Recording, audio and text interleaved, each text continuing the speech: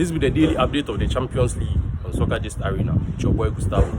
As we all know, during the week, they play some bunch games. I think from from Tuesday, yesterday being Wednesday, and I think the final matches of the game week 1 will be finished today as well. And here are some of the results from the first match day of game week 1.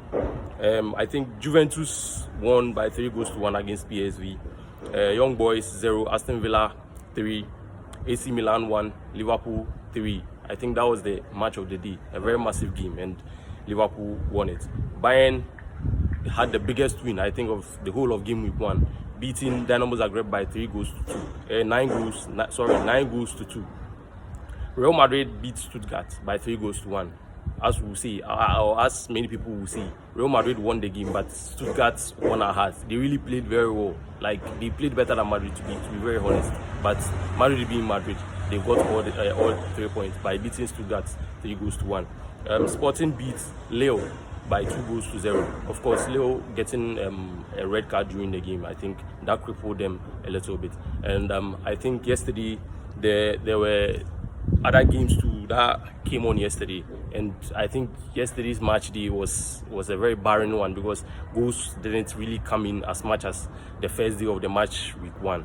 But all the same, it's football, everything happens. Bologna versus Shakhtar Donetsk, it ended in a barren game, 0-0.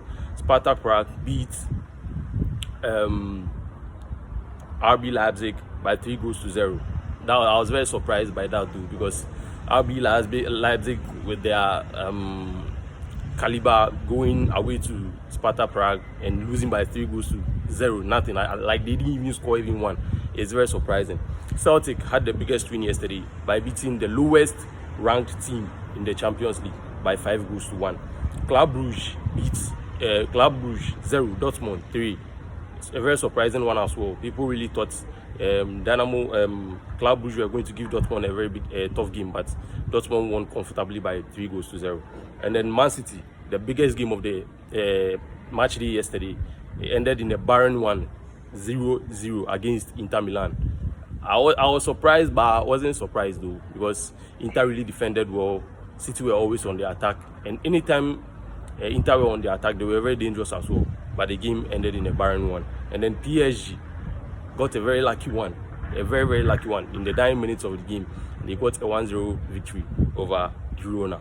So I think yesterday's matches, I think the Man City Inter Milan game was the toughest one amongst all. And then I think people would like to delve into it and know what really happened. I think the game was a very tactical one, from the Italian class perspective, because these Italian clubs, they are always tactical.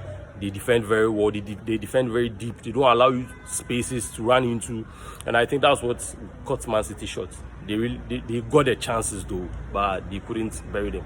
And most of these chances didn't fall to their main man, as we all know, Erling Haaland. He had, I think, just one chance. That was the only chance he had, and he was very close, as we all know. He's very clinical, and I think I'll give the Inter defense, the likes of Bastoni and the rest, I'll give them credit for handling Erling Haaland very well, because as we all know, if you give Erling Haaland a chance, you give him a chance, half a chance, he'll make it a full chance.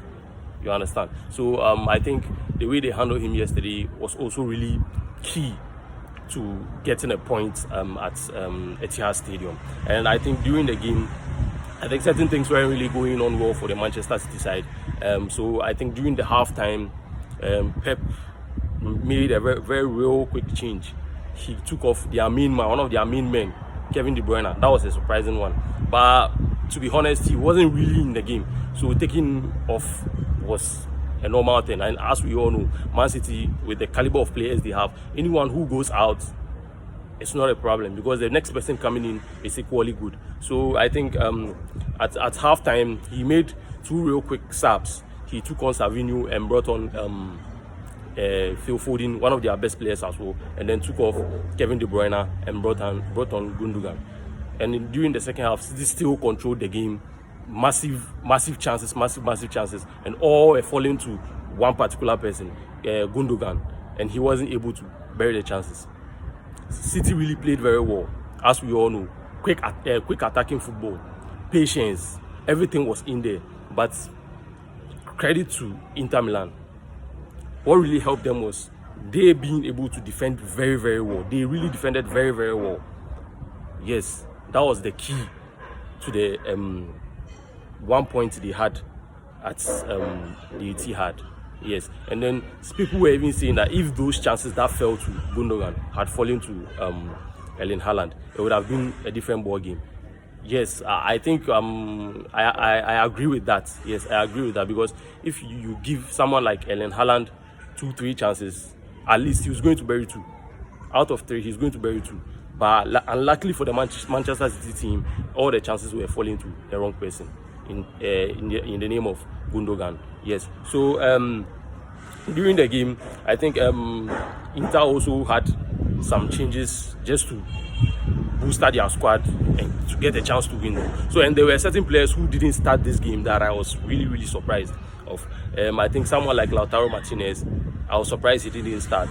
And then someone like Dumfries, I was also surprised he didn't start, because he's one of the fullbacks who will give you goals, who will give you assists, runs in behind, good overlaps, good underlaps. But I don't know, maybe tactically they had what they wanted to do in mind. So maybe them way they no start with me a shock. But as they no start, they are shocked, because going to Etihad, you have to start with your best. But the coach, maybe knowing what he wanted to do, did it, and I think it really worked for him. And I think going into the game, Pep took off Bernardo Silva and then brought in what's his name, Doku. So that sub, I think that sub was due to how slow their build-up was, and Doku being one of the very quick players, you know, he would have. I personally think he should have started, but he didn't. So he coming in later in the game too was somehow reasonable, because they were very tired legs at that time. So Doku coming in was a very good one, but he also created a lot of chances, but it really didn't happen for them. Yeah, so I think that was how the game really went. Most of the chances really fell to Manchester City, though, as we all know. They always create chances, a lot of chances, but the goal scoring was a very big problem for them.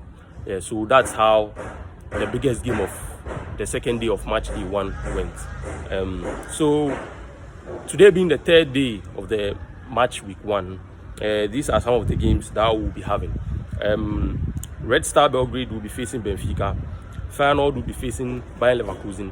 Atalanta, a very big game, will be taking on Arsenal. A very, very tough one. A very nice game. Everyone would like to watch that game. Yes, we'll be expecting a very tough one. Atletico Madrid will be taking on RB Leipzig. Dynamo Brest will be taking on Sturm Graz. And then another big one, Monaco versus Barcelona. So I think with these games, we'll be having another daily update tomorrow to update you guys on what really happened on these games, throughout these games. Yeah, so keep watching us, keep following us, like, comment, share, and subscribe. And then on TikTok too, you can find the link in our bio and then get to watch our full videos on YouTube. Thank you.